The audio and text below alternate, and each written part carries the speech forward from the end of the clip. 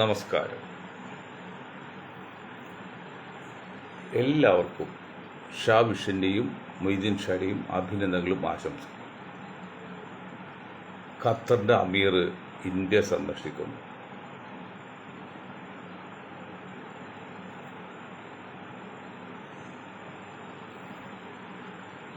അത് ആവശ്യത്തോടെ നടക്കട്ടെ. പക്ഷേ ഇന്ന് ഇന്ത്യ ടുഡേയുടെ ഒരു വിശകലനം നടത്തി കഴിഞ്ഞ ദിവസങ്ങളിൽ ദേശവ്യാപകമായിട്ട്. അതിൽ UDF 117 സീറ്റ് കിട്ടുമെന്നൊക്കെയാണ് പറയുന്നത്. ഇത് പറയുമ്പോൾ ഞങ്ങളിലൊക്കെ മനസ്സിൽ വരുന്നത് അമേരിക്കയുടെ ഒരു പ്രയോഗമാണ്. അത് മറ്റൊന്നുമല്ല, സദ്ദാം ഹുസൈൻ്റെ ഇറാഖ് പട്ടാളത്തെ തോൽപ്പിക്കാൻ ലോകത്ത് ഒരു ശക്തിയും സാധ്യമല്ല എന്നാണ് അമേരിക്ക പറഞ്ഞത്. അങ്ങനെ ഊതി വീർപ്പിച്ചിട്ട് അവസരം അവരെ മണലിലേക്ക് അഴിച്ചു ചേർത്ത് ബുൾഡോസർ കൊടുക്കും. പണ്ടേ ദുർബലം പിന്നെ ഗർഭിണി എന്ന് പറയുമ്പോലെ പണ്ടേ കോൺഗ്രസ് ദുർബലം നിൽക്കുകയാണ്. ആ സമയത്താണ് ഇപ്പോൾ ഇതും കൂടി കേൾക്കുക. കോൺഗ്രസ് ഒന്നുകൂടി ആവേശം കൂടി തല്ലി തന്നെയുമല്ല, ഈ വരുന്ന അസംബ്ലി ഇലക്ഷനിൽ UDF ക്ഷീണം പറ്റിയാൽ അതിന് പ്രധാന കാരണം ലീഗാണെന്ന് പറയേണ്ടി വരും. എന്നൊരു അപക്വമായി ലീഗ് നേതാക്കളുടെ പ്രവൃത്തി. ഒന്ന്, അവിടെ മുസ്ലിം എന്ന പേര് മാറ്റാത്തത്. മറ്റൊന്ന്, ഇപ്പോഴത്തെ പ്രസിഡന്റില് കോൺഗ്രസ് സമ്മതിക്കുകയാണെങ്കിൽ കുഞ്ഞാലിക്കുട്ടിയെ മുഖ്യമന്ത്രിയാക്കാം. ഇതൊക്കെ ഈ സമയത്ത് ചിന്തിക്കേണ്ട പോലും കാര്യമാണോ? VD സതീശൻ മിണ്ടായിരുന്നത് ദേഷ്യപ്പെട്ടെന്താ? അതിന് ഉത്തരം പറയാൻ പറ്റില്ല. അതൊക്കെ വോട്ട് പോകുന്നു മാത്രമല്ല, ഒരിക്കലും UDF വരാതിരിക്കാനുള്ള കാരണമല്ല ഇതൊക്കെ. കഴിഞ്ഞ പ്രാവശ്യം കോൺഗ്രസ് UDF ഇത്രയും ക്ഷീണം പറ്റിയത് കുഞ്ഞാക്ക ഡൽഹിയിൽ നിന്ന് MP സ്ഥാനം രാജിവെച്ച് കേരളത്തിൽ മത്സരിക്കാൻ വന്നതാണ്. അന്ന് പുള്ളി നെയ്യത്ത് മുഖ്യമന്ത്രിയാണ്. കാരണം ഒരു 5 വർഷം കഴിഞ്ഞ് പിന്നെ കോൺഗ്രസ് വരും, പിന്നെ 5 വർഷം കഴിഞ്ഞ് LDF വരും. അങ്ങനെ മാറ്റമാണ് കേരളത്തിൽ നടന്നുകൊണ്ടിരുന്നത്. അപ്പോൾ ഉറപ്പായിരുന്നു 5 വർഷം കഴിഞ്ഞ് ഇത്ര ഉറപ്പ് കോൺഗ്രസ് കിട്ടുമെന്ന്. പക്ഷെ കാലം പോയി കുഞ്ഞാക്ക. മുസ്ലിം ലീഗ് നിങ്ങളെ കാണിക്കുന്നത് വലിയ വണ്ടത്തിൽ പണ്ടത്തരം. ഒന്നാമത്തെ ഈ സമയത്ത് അങ്ങനെ പറയാൻ പാടില്ല. ഇവിടെ ഇസ്രായേലാണ് കളിക്കുന്ന പറഞ്ഞാൽ നിങ്ങൾ മണ്ടന്മാരെ നിങ്ങൾക്ക് മനസ്സിലാകുന്നുണ്ടോ? ഗോത്ര സംഭവം ഉണ്ടാക്കി ഗുജറാത്ത് എങ്ങനെയാണ് മോഡി പിടിച്ചെടുത്തത്? അവിടെ ആരാണ് കളിച്ചത്? അത്രയും അന്യായം ചെയ്തതിന് കാരണം ഇസ്രായേൽ കൊണ്ട് മാത്രം പറ്റുള്ളൂ, അല്ലെ ഇന്ത്യക്കാർക്കൊന്നും ആ സംഘവിരോധം ചെയ്യാൻ പറ്റില്ലാത്ത അത്ര കഠിനമായ കാര്യമായിരുന്നു. 10 150 പേരെ കത്തിച്ച് അത് ചാരം ഭസ്മായിട്ട് ഗുജറാത്ത് മുഴുവൻ കൊണ്ടുകിടന്നൊക്കെ അതിന് പ്ലാൻ ചെയ്ത് വരികയാണ്. അവർ കേരളത്തിൽ എങ്ങനെ വന്നാലും ഈ ലീഗ് ഉൾപ്പെടെ ഭരണത്തിന് ഇവിടെ സംഘപരിവാരോ ക്രിസംഖികളോ മുസംഖികളോ പോലും സമ്മതമല്ല. ഇവിടെ കോൺഗ്രസ് വിഭാഗം ഇഷ്ടമല്ല. അത് ഇങ്ങനെ ഇരിക്കെ ലീഗ് ഞങ്ങൾ അന്ന് പറയും, നിങ്ങൾ ഈ അവസാനത്തിൽ നിങ്ങളെ പേരൊന്ന് മാറ്റ്. അത് നിങ്ങൾ തല ഉയർത്തി നിൽക്ക്.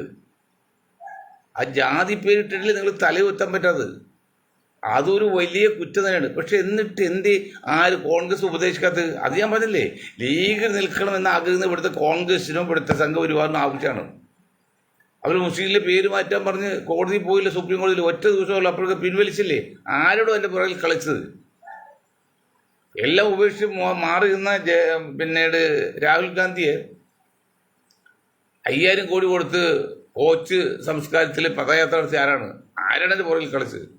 ഇത്ര സങ്കീർണവും രഹസ്യം നടക്കുന്ന ഇന്ത്യ മഹാരാജ്യത്ത് അതൊന്നും കാണാനുള്ള ഉൾക്കാഴ്ചയില്ലാത്ത ഈ ലീഗ് നേതാക്കളും കോൺഗ്രസ് നേതാക്കളും ആണ് ഇതെല്ലാം കാരണം. രാഹുൽ ഗാന്ധി കൊണ്ട് പറ്റില്ല. അത് എന്തൊക്കെ പറഞ്ഞ് രാഹുൽ ഗാന്ധി അല്ലെങ്കിൽ സോണിയ കുടുംബത്തെ കൊണ്ട് ഇന്ത്യയെ BJPയിൽ നിന്ന് രക്ഷിക്കാൻ സാധിക്കില്ല. അതിന് വീണ്ടും നമ്മൾ പറയുന്ന പോയിന്റാണ്, അങ്ങനെ സാധിക്കുമായിരുന്നെങ്കിൽ ജയപ്രകാശ് നാരായൺജി ചെയ്തുപോലെ 2 കാര്യം അവർ പറയേണ്ടിയിരുന്നു. അത് പറയണമെന്ന് ആഗ്രഹം പോലും ഉണ്ടോ?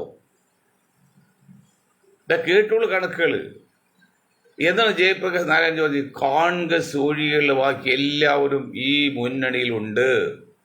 വേണമെന്നല്ല അദ്ദേഹം പറഞ്ഞത്, ഉണ്ടെന്നാ പറഞ്ഞത്. അപ്പൊ ഒരാൾക്കും തർക്കിക്കാൻ പറ്റില്ല. ഇവിടെ എന്താണ് കോൺഗ്രസ് ചെയ്യുന്നത്? തൊടില്ല മറിച്ച് തൊടില്ല. ഇപ്പോൾ ഉവൈസി വന്നു ഈ ഏറ്റവും ലേറ്റസ്റ്റ് ഗുജറാത്ത് പിന്നെ ഡൽഹിയിൽ 10-37 വോട്ട് ഉവൈസിയുടെ പാർട്ടി പിടിച്ചു ഒരു വാർഡിൽ. അവിടെ ആം ആദ്മി പാർട്ടി ജയിക്കായിരുന്നു. 14,000 വോട്ടായിട്ട് BJP ജയിച്ചിരിക്കുകയാണ്. മുസ്ലിം 80% മുസ്ലിമുള്ള വാർഡാണ്. അത് പറയുന്നതാണ് കുറ്റം ഉവൈസിക്കാണ്. ഞാൻ ചോദിക്കട്ടെ, ഈ മണ്ടന്മാരോട് ചോദിക്കുകയാണ്, ഉവൈസി എന്ന രാഷ്ട്രീയ ദേശീയ രാഷ്ട്രീയ പാർട്ടി മത്സരിക്കണ്ടേ? അവരുടെ കൂടുതൽ ആൾക്കാരുള്ളിടത്തല്ലേ മത്സരിക്കുള്ളൂ. അപ്പോൾ അതിനെന്താ വേണ്ട? അതിന് ദൂഷ്യം പറ്റുന്ന ആരാ വെച്ചാൽ അവരാണ് കൂടുതൽ സഹകരിക്കേണ്ടത്. ആസാമിൽ ഒരു മുസ്ലിം നേതാവ് കൊണ്ട് പാർട്ടി ഉണ്ടാക്കിയല്ലേ, അത് സഹകരിക്കുന്നുള്ളൂ.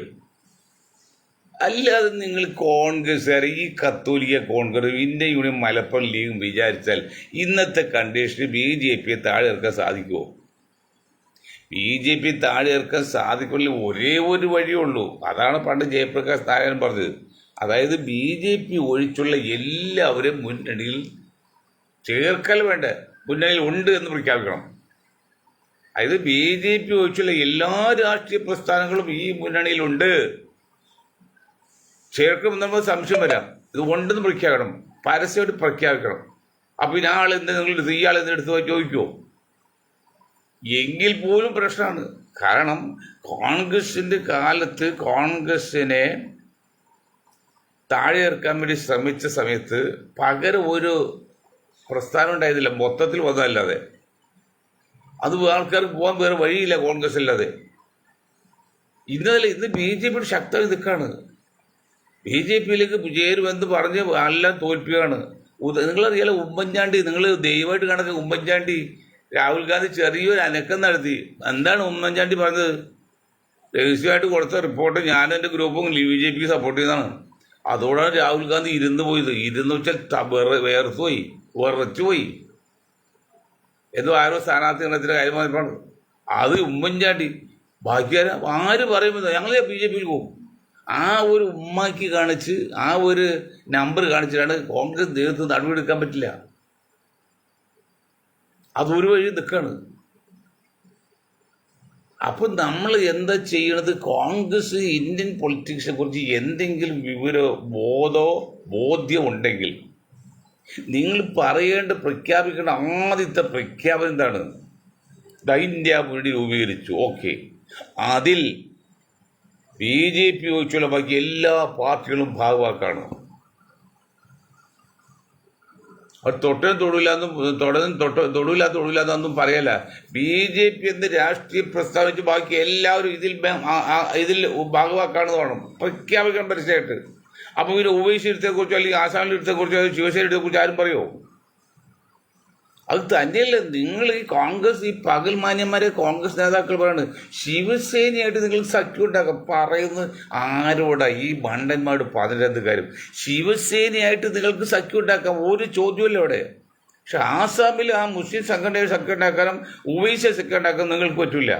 എന്നാൽ അതിനേക്കാൾ ജാതി പാർട്ടിയാണ് ഇവിടെ ലീഗ് നിങ്ങൾ സഖ്യം ഉണ്ടാക്കാം. 10 വർഷമായിട്ട് ഭരണത്തിലാണ്, അതും കുഴപ്പമില്ല. അതിൽ ആസാം പല സ്ഥലത്ത്, ബീഹാറിൽ പോയി, UPയിൽ പോയി, ഇപ്പോൾ ഡൽഹിയിൽ പോയി, പല സ്ഥലത്ത് പോകുന്നത്. നിങ്ങൾ ഉവൈസിയെ എന്ന് പറഞ്ഞ് ആക്ഷേപിക്കുന്നത്, അത് രജിസ്റ്റേഡ് പാർട്ടിയാണ്. അവർ നിങ്ങൾ കൂടെ നിർത്തണം. എന്ത് പറഞ്ഞാൽ BJP ഒഴിച്ചുള്ള ബാക്കി എല്ലാ പാർട്ടിയും കൂടെ നിർത്തണം, സഹകരിക്കാവുന്നത്. ഇപ്പോൾ ഒരു പാർട്ടി സഹകരിക്കുന്നില്ലെങ്കിൽ ഓക്കെ, ഇപ്പോൾ BJP കൂടെ നിൽക്കുന്ന മുന്നണി പാർട്ടി ഓടി വരില്ല. പക്ഷെ എങ്കിലും അവർ വന്നാൽ സ്വീകരിക്കും എന്ന് പ്രഖ്യാപിക്കണം. ഈ ഒരു കോമൺ സെൻസ് കോൺഗ്രസ് നേതാക്കൾക്കുണ്ടോ? ഇന്ത്യ മുന്നണി നേതാക്കൾക്കുണ്ടോ? ഇതില്ലാത്ത ഈ മണ്ടന്മാർ എങ്ങനെ BJP താഴെ ഇറക്കും തന്നെ? ഇപ്പോൾ കേരളത്തിൽ 117 സീറ്റ് എന്നാൽ ഊതി വീർപ്പിക്കുകയാണ്. അതൊക്കെ പണം കൊടുത്ത് ഉണ്ടാക്കുകയാണ്. കാരണം കോൺഗ്രസ് തല്ലു പിടിക്കാതെ വേണമല്ലോ. കിട്ടൂലെന്നുണ്ടെങ്കിൽ സംശയമായത്, കിട്ടും ഉറപ്പായി പിന്നെ തല്ലു പിടിക്കലാണല്ലോ. അല്ലെങ്കിൽ ശശി തരൂരിൻ്റെ ആ ലേഖനം വന്നപ്പോൾ അതേക്കുറിച്ച് ബിൻഡേണ്ട ആവശ്യമില്ല. ബിൻഡരുത്, അതങ്ങോട്ട് കെട്ടിപ്പോയനെ. ഇതങ്ങോട്ട് വെളിച്ച് അത് ബുദ്ധിയുള്ളവർ, ഈ മൗനം വിദ്വാന് ഭൂഷൺ തന്നെ ശശിയോട് പറഞ്ഞ പോലെ ബുദ്ധിയുള്ള കോൺഗ്രസ് നേതാക്കൾ എന്താ ചെയ്യണ്ടേ? അങ്ങനെ ലേഖനം അത് വന്നങ്ങോട്ട് പോയേനെ. അത് ഞാൻ എന്ത് പറഞ്ഞ് മണ്ടന്മാരെ ഞാൻ പറയാം. ബസ് സ്റ്റോപ്പിൽ വെച്ച് അല്ലെങ്കിൽ ബസ്സിൽ വെച്ച് ഒരു സ്ത്രീയെ ഒരുത്ത തട്ടി. അത് മധ്യസ്ഥ ഇപ്പോൾ ഈ സ്ത്രീയോട് ഈ 18 പേര് മധ്യസ്ഥ 18 പേരും വന്നിങ്ങനെ ഇങ്ങനെയാണോ തട്ടിയെന്ന് ചോദിച്ച്. അപ്പോൾ ഒരു തട്ടിന് പകരം 18 പേര് തട്ടാ സ്ത്രീ കൊള്ളേണ്ടി വന്നു. മറ്റേ തൊട്ട് പേടിച്ചാണ് ചെയ്യുന്നത് ബസ്സിൽ വെച്ചാകുമ്പോൾ. ഇത് മധ്യസ്ഥല്ല, ഒരു ധൈര്യമായിട്ട് ചെയ്യല്ലോ, ധൈര്യമായിട്ട്. അപ്പോൾ ആ സ്ത്രീ അവസരം തുടങ്ങുമ്പോഴാണ് നിങ്ങൾ പറയുന്നത് കേട്ടാൽ എന്തായി പറയുന്നത്. അത് ആരും അറിയാതെ പോകുമായിരുന്നു. ഒരു ലേഖനം വന്നു, ശശി തരൂർ രാജാവിലാണോ ഇല്ല ഇന്ത്യയിലെ ഒന്നുമല്ല, ഒരു സാധാരണ ഒരു നേതാവ് അത്രേ ഉള്ളത്. കവിഞ്ഞാൽ രാഷ്ട്രീയ പാരമ്പര്യം ഒന്നുമുള്ള ആളല്ല. പുള്ളി ഒരു എഴുത്തുകാരനും ഒരു വിശ്വബോധനും പിന്നെ ഒരു ചിന്തകനൊക്കെ വേണ്ടി പറയാം. ആ പാവ ലേഖനം അങ്ങോട്ട് പോയി ആരും അറിയാതെ പോകുമായിരുന്ന ആ കേസ് കോൺഗ്രസ് വഷളാക്കിയത് ഇപ്പോൾ പോസ്റ്റ്മോർട്ടം നടത്തി. എന്താ പറയുക, ഇപ്പോൾ ഡൽഹിക്ക് വിളിച്ചിരിക്കുകയാണ് രാഹുൽജി. നേരിട്ട് സംസാരിക്കാൻ പറ്റുപാട് ക്ഷണിക്കാതെ രാഹുൽജി വിളിച്ചു. പിന്നെ ശശി തരൂർ ഡൽഹിക്ക് എത്തിയതാണ് കേൾക്കുന്നത്.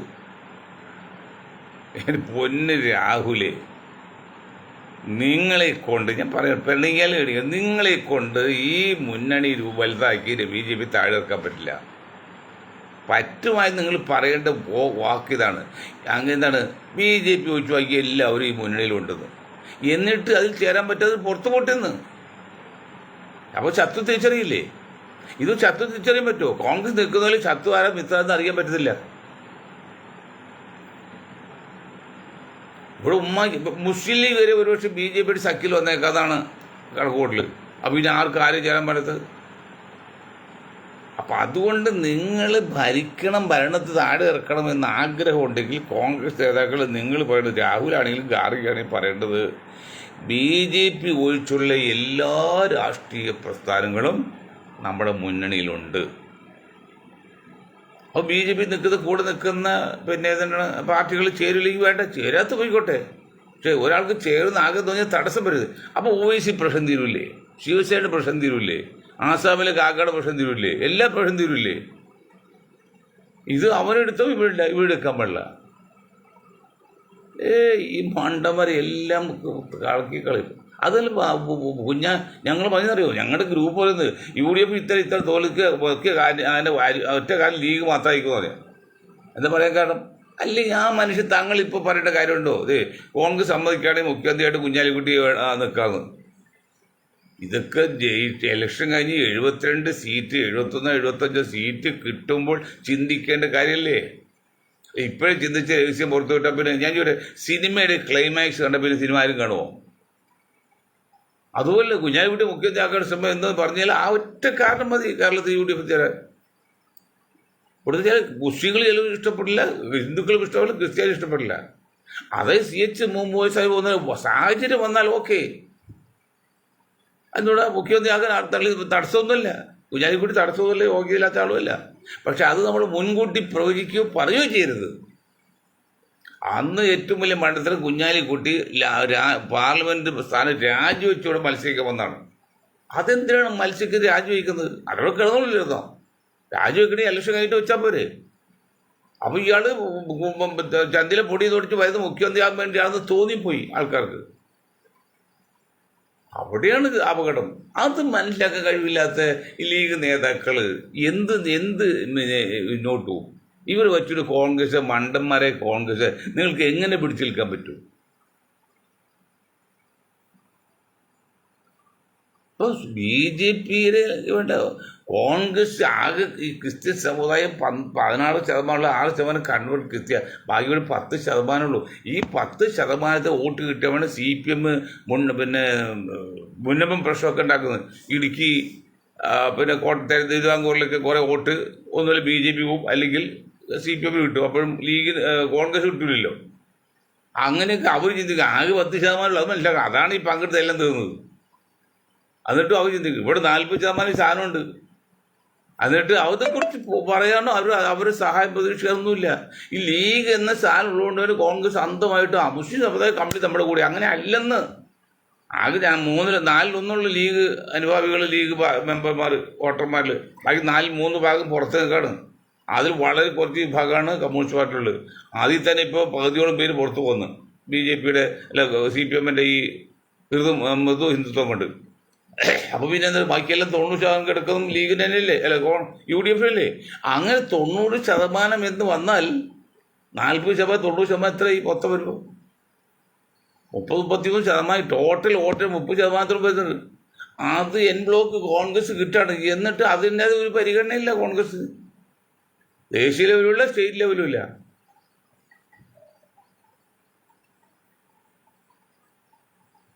രാഷ്ട്രീയ ഇവിടെ ഈ തവണ കേരളം UDF വരാതിരിക്കാൻ വേണ്ടി BJP ഗവൺമെൻറ്റും സംഘപരിവാർക്ക് എത്ര 1000 കോടി മുടക്കാൻ തയ്യാറാണ്. ഇത്തവണ UDF വന്നില്ലെങ്കിൽ 2 നേട്ടമാണ്. ഒന്ന്, UDF നശിക്കും, കമ്മ്യൂണിസ്റ്റ് പാർട്ടി നശിക്കും, LDF നശിക്കും, പിന്നെ BJPക്ക് ഒത്തുകയായി. അതിനുവേണ്ടി അവർ എത്ര 1000 കോടി മുടക്കാൻ തയ്യാറാണ്. അതിന് ഫണ്ടുണ്ട്, ഇതുണ്ട്. അതിന് എത്ര വർഷമായി? കഴിഞ്ഞ 10-20 വർഷമായി BJP കേരളത്തിൽ പിടിക്കാൻ നോക്കിയിട്ട്. അല്ലാതെ നാളെ ഇന്നലെ തുടങ്ങിയതല്ല. അതൊന്നും മനസ്സിലാക്കാതെ ഞാൻ പറഞ്ഞ അന്ധമായിട്ട് BJP വിരോധം അല്ലെങ്കിൽ സംഘപരിവാർ വിരോധം വേണമെന്നല്ല പറഞ്ഞത്. നിങ്ങൾ കോൺഗ്രസ്സിന് ഇന്ത്യയിൽ ഭരണം കൊണ്ടുവരണമെന്നുണ്ടെങ്കിൽ, BJP ഗവൺമെൻറ് താഴെ ഇറക്കണം ആഗ്രഹമുണ്ടെങ്കിൽ നിങ്ങളുടെ ഈ കളി പോരാ. കുറച്ചുകൂടി ഡോസ് കൂട്ടി കളി കളിക്കണം, കുറച്ചുകൂടി പ്രാക്ടിക്കലായി ചിന്തിക്കണം, കുറച്ചുകൂടി ബുദ്ധിപരമായിട്ട് ചിന്തിക്കണം, കുറച്ചുകൂടി നയപരമായിട്ട് ചിന്തിക്കണം, കുറച്ച് ദീർഘവീക്ഷണം വേണം. എങ്കിലും നിങ്ങൾ പിടിച്ചേക്കുക. അതില്ല കോൺഗ്രസ്സിന്. അല്ലെങ്കിൽ ഒറ്റ കാര്യം ഞാൻ പറഞ്ഞ, ഈ ശശി തരൂർ എന്തിനാണത് പറഞ്ഞത്? 2 കാര്യം. ഒന്നുകിൽ ശശി തരൂർ മണ്ടൻ അല്ലെങ്കിൽ അപാര ബുദ്ധിമാൻ. ഇദ്ദേഹത്തിന് ഇത് ഇട്ടു പോകാനാണ് പരിപാടി. ഒരു കാരണം കാണിച്ചാടത് അപ്പോഴും പുള്ളിക്ക് പേരാകല്ലേ. അതിനർത്ഥം നിങ്ങൾ ശശി തരൂരിനെ അപ്രസക്തമാക്കേണ്ടത്. ഇത് ആ വിഷയം മിണ്ടിപ്പോരുത് കോൺഗ്രസ്, UDF കേട്ടിൽ വിട്ടു പോകണം. അപ്പോൾ അത് കിട്ടുന്ന അദ്ദേഹത്തോട് തീരും. പിന്നീട് വരില്ല, ചർച്ച വരില്ല. ഇത് മാർക്സിസ്റ്റ് പാർട്ടിക്ക് പിന്നെ ശശി തരൂരിനെ പുകഴ്ത്താനും ലോകം മുഴുവൻ ചർച്ച ചെയ്യാൻ അവസരം കൊടുത്തില്ലേ? അത് മണ്ടന്മാരെ കോൺഗ്രസ് അല്ലേ? അതാ പറഞ്ഞ കോൺഗ്രസ് ഒരു രാഷ്ട്രമീമാംസകൻ ഇല്ല. ഒരു രാഷ്ട്രമീമാംസകൻ ഉണ്ടായിരുന്നെങ്കിൽ അത് അപ്പം തന്നെ പാർട്ടികൾക്ക് മെസ്സേജ് കൊടുക്കും, ഈ വിഷയം നമ്മൾ മിണ്ടിപ്പോരുന്നു. അതല്ലേ ആ പത്രത്തിൽ വന്നല്ലേ, അല്ലെങ്കിൽ TV വന്നല്ലേ, അതങ്ങോട്ട് വാങ്ങി പോയി. ആരെങ്കിലും അറിയോ? ഇത് പൊത്തിപ്പൊക്കി ലോകം മുഴുവൻ അറിയിച്ച് ശശി തരൂർ പ്രചാരണമായി. അത് ഞാൻ ആ പെണ്ണ് കേസ് പറഞ്ഞു. ബസ്സിൽ വെച്ചൊരു പെണ്ണ് ഒരുത്താൻ തൊട്ടുള്ളൂ. അത് മധ്യസ്ഥ 19 പേര് തൊട്ട് പോലെയാണ്. വർഷങ്ങളാക്കി അത്രയും പ്രചാരമായി. LDF പ്രചാരമായി, CPM പ്രചാരമായി, BJP പ്രചാരമായി, കോൺഗ്രസ് അത് ദൂഷ്യം ചെയ്തു. അപ്പോൾ ഒരു കാരണവശാലും പിന്നെ ഇത് മുന്നോട്ട് പോകുന്ന രീതിയല്ല കോൺഗ്രസ് ഇപ്പോഴും. അതെങ്ങനെയാണ്? രാജ്യം ഭരിക്കുന്ന കക്ഷിക്കാരാണ് കേന്ദ്രം, പിന്നെ സ്റ്റേറ്റ് ഗവൺമെൻറ്. കേന്ദ്രം ഭരിക്കുന്ന ഹാർഷ ഭാരത സംസ്കാരത്തിൻ്റെ രീതി എന്താണ്? ഇന്നും കോടതിയൊക്കെ പറയും, ഇന്നും കാമുകിയാകാം. എങ്ങനെ? ഭാര്യയ്ക്ക് കാമുകനെ ഉണ്ടാക്കാം, കുഴപ്പമില്ലാതെ കോടതി പറയുന്നത്. നിങ്ങൾ ഒരു തിരിച്ചറിക്കാർഡ് ഉണ്ടെങ്കിൽ നിങ്ങൾക്ക് ഏത് പെണ്ണായിട്ടും ആരെയും പോയി പെണ്ണ് വിജയിക്കാം. അത് കേന്ദ്രം. ഇവിടെ സ്റ്റേറ്റോ ഇന്ന് അടൂർ ആഡിയോ പറയാണ്, കോഴിക്കൂല് കേട്ടുകൊണ്ട് എനിക്ക് ഉറക്കാൻ പറ്റാതെ ഏതോ ഒരു പ്രായം ചെന്ന ആൾ പരാതി പെട്ട് അവിടെ കോഴിക്കോട് മാറ്റാൻ പറഞ്ഞേക്കാം. കോഴിക്കോടല്ല, കോഴിക്കോട്. ഒരു കോഴി പോയാൽ എത്ര വീഴ്ചയുണ്ടാവും? അത് ആലപ്പുഴ ജില്ലയിൽ ഒരു ഇതുപോലെ കളക്ടർ വന്നു. അത് വെളുപ്പകാലത്ത് 5 മണിക്ക് വാങ്ങ് കേട്ടപ്പോൾ ഉടനെ കൊണ്ട് വിളിച്ചു പറഞ്ഞിട്ട് SI വിളിച്ചു പറഞ്ഞ് പിന്നെ അയാളെ അറസ്റ്റ് ചെയ്യാൻ പറഞ്ഞു. അപ്പോൾ പറഞ്ഞത് അറിയാം, അത് വാങ്ങ് വിളിക്കുന്നത് അവിടെ പതിവുള്ളതെന്ന് പറഞ്ഞു. പുള്ളിക്ക് അറിയില്ല, പുള്ളിയെ മുസ്ലിം ഇല്ലാത്ത സ്ഥലത്ത് വന്നതെന്ന് പറഞ്ഞു. അതുപോലെ പ്രാക്ടിക്കൽ ചിന്തിക്കുന്നില്ല. B practical. ഒരു കോഴി പോയി, അത് കോഴിക്കോട് മാറ്റാനാണോ? അതിൻ്റെ 2 മിനിറ്റ് തരും, അതുകൊണ്ട് എന്ത് ഉറക്കം പോകാൻ? അത്ര വലിയ ഉറക്കമാണോ? അല്ല, ഇന്ന് വേറെ കാര്യം പറഞ്ഞു, 70 വയസ്സ് കഴിഞ്ഞാൽ 90% പേരും നല്ല ഉറക്കം കിട്ടുന്നില്ലെന്നാണ് ഇന്നത്തെ ലേറ്റസ്റ്റ് വാർത്ത. അപ്പോൾ 70 വയസ്സ് വയോധന ഇയാൾ പരാതി കൊടുത്തത്, ഉറക്കം കിട്ടൂല അവർക്ക്. അതിന് പല കാരണങ്ങളുണ്ട്. ചിന്തിക്കണം പറ്റുമല്ലോ.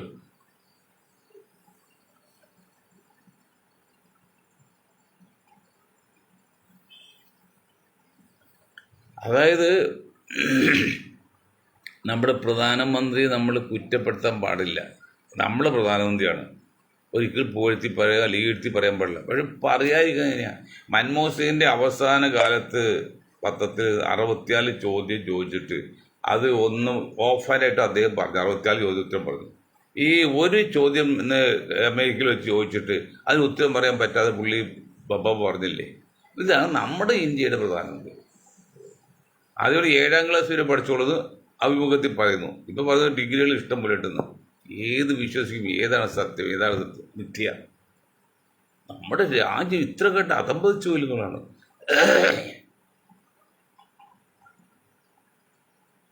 നമ്മുടെ സംസ്കാരം എന്ത് സംസ്കാരം? മനുഷ്യയെ കാണാത്ത സംസ്കാരമുണ്ടോ? നിങ്ങൾ പറഞ്ഞ ആർഷ സംസ്കാരം എന്നുള്ളതാണ്. അവിടെ മനുഷ്യയെ കാണുന്നുണ്ടോ? പണ്ട് ഇന്നൊരു പെണ്ണുമുള്ള പറഞ്ഞ പോലെ മുസ്ലിങ്ങൾ ഇതാണ് 2 വർഗ്ഗമുള്ളൂ. ഒന്ന് മുസ്ലിം, ഒന്ന് നോൺ മുസ്ലിം. നോൺ മുസ്ലിമിന് പറയുന്നത് പിന്നെ കാഫിർ എന്ന്. കാഫിർ അനാവശ്യ വാക്കല്ല, മുസ്ലിം അല്ലാത്തവന് മാത്രമേ വാക്കർത്തുള്ളൂ. ഇപ്പോൾ പിന്നെ ഹംക്ക് എന്നൊരു വാക്ക് അറബിയിലുണ്ട്.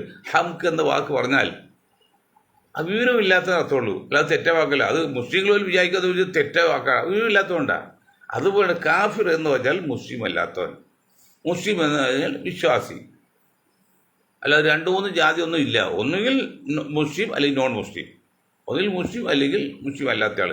2 വർഗ്ഗമുണ്ട്. അല്ല പിളയും ഹിന്ദുവും പിന്നെ ഈ നായർ ഹിന്ദു, മാപ്പിള ഹിന്ദു ഒന്നും ഇല്ല. മുസ്ലിം ഇസ്ലാമില്ല. ഇസ്ലാം ഒരൊറ്റ വാക്കുള്ളൂ, ഒന്നുകിൽ മുസ്ലിം അല്ലെങ്കിൽ മുസ്ലിം അല്ലാത്തവൻ കാഫിർ. അല്ല പെലയും കാഫിനെ കുറിച്ചും പറയുന്നില്ല. ഇവിടെ ചിലർ പെലയും കാഫിൻ്റെ കൂടെയൊക്കെ പറയുമ്പോൾ അത് തീഞ്ഞു വരികയാണ്. അങ്ങനെ ഇസ്ലാം അങ്ങനെ ഇല്ല. ഇസ്ലാം പെലയെ കുറച്ച് കാണുന്നില്ല, പെലയെ താഴ്ത്തി കാണുന്നില്ല, നായരെ പൊക്കിയും കാണുന്നില്ല, ബ്രാഹ്മണ പൊക്കിയും കാണുന്നില്ല. അവരെല്ലാം മുസ്ലിം, ഇസ്ലാം നോൺ മുസ്ലിം. സോറി, നായർക്ക് പ്രത്യേകത അല്ലെങ്കിൽ പെലയിന് പ്രത്യേക കുറവൊന്നുമില്ല. അപ്പോൾ നമ്മൾ പറഞ്ഞില്ലേ, ഈ കുറവ് എന്നൊരു വർഗ്ഗമുണ്ട്.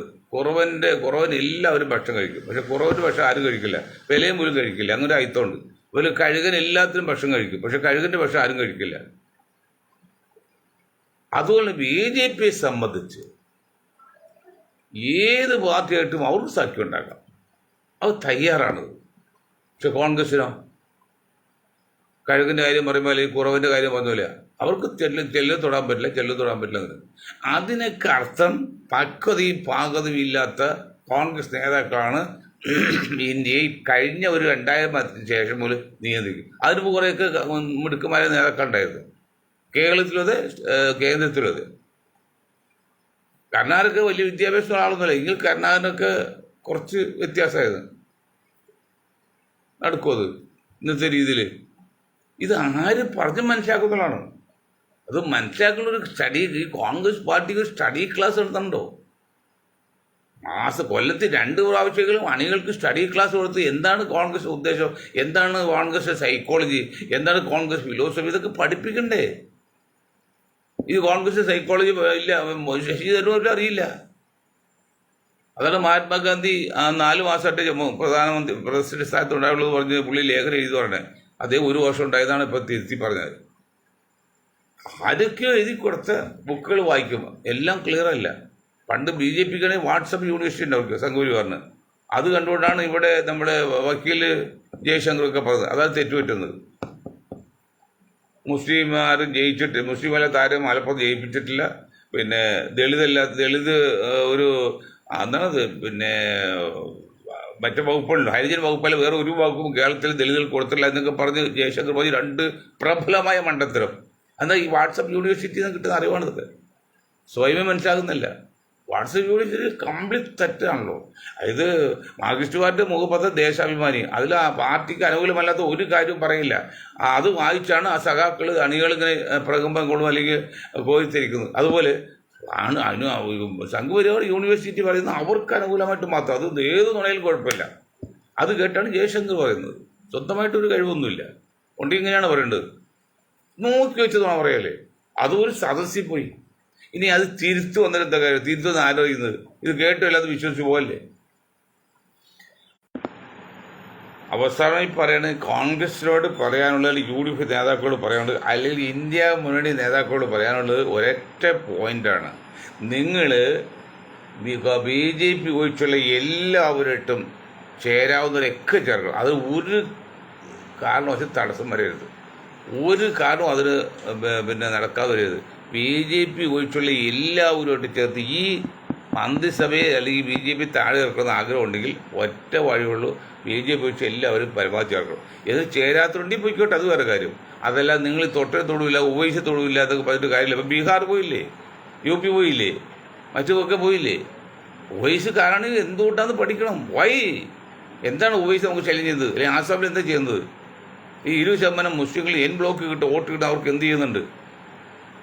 എന്തൊരു തീവട്ടികളെ 20% വോട്ടുള്ള ഒരു ബ്ലോക്ക് കിട്ടിയിട്ട് അത്രയും വോട്ട് കിട്ടുന്ന ഒരു വിഭാഗം ഇന്ത്യയിൽ വേറെ ഉണ്ടോ? രാഹുലേ, പ്രിയങ്കേ, നിങ്ങൾ ഇപ്പോഴും മുസ്ലിങ്ങളാരും പറയാൻ നിങ്ങൾക്ക് പേടിയാണല്ലോ, പറയാൻ നിങ്ങൾക്ക് ധൈര്യമില്ലല്ലോ. എന്നാൽ നിങ്ങൾ കാര്യം പിന്നെ റോബർട്ട് വധേരെ കൊണ്ട്, ഞാൻ പറഞ്ഞില്ല, റോബർട്ട് വധേരെ കൊണ്ട് പ്രസിഡൻ്റാക്ക്, എന്നിട്ട് ഭരിക്കങ്ങട് BJP താഴെ ഇറക്ക്. 1000 കോടി രൂപ അടുത്ത് കോടിയാണ് മുസ്ലിങ്ങൾ തകർക്കാൻ വേണ്ടി BJPക്ക് പ്രിയങ്കയുടെ ഭർത്താവ് സംഭാവന കൊടുത്തത്. 1000 കോടി, 1000 കോടി എവിടുന്ന് കിട്ടി പണം?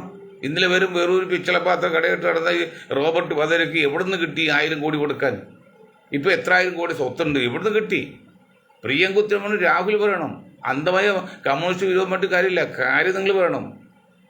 അപ്പോൾ നിങ്ങൾ നോക്കുന്നത് നിങ്ങൾ മാതൃകയായിരിക്കണം, മാതൃകാ പുരുഷനായിരിക്കണം. ഒരു അഴിമതിയെക്കുറിച്ച് ആരോപണം പോലും വരാൻ പാടില്ല. നമ്മുടെ ബാബുവിനെ പോലും ആരോപണം വരാൻ പാടില്ല, എങ്കിലും പിടിച്ചെടുക്കാൻ പറ്റുള്ളൂ. അപ്പം അക്കാര്യം ഞാൻ പ്രത്യേകം പറയാണ്, നിങ്ങൾ പ്രത്യേകം ശ്രദ്ധിക്കണമെന്ന് പറഞ്ഞുകൊണ്ട് ഞാൻ എൻ്റെ വാക്കുകൾ നിർത്തി. നിങ്ങൾക്ക് ഒരായി നന്ദി ചെയ്യുന്നു.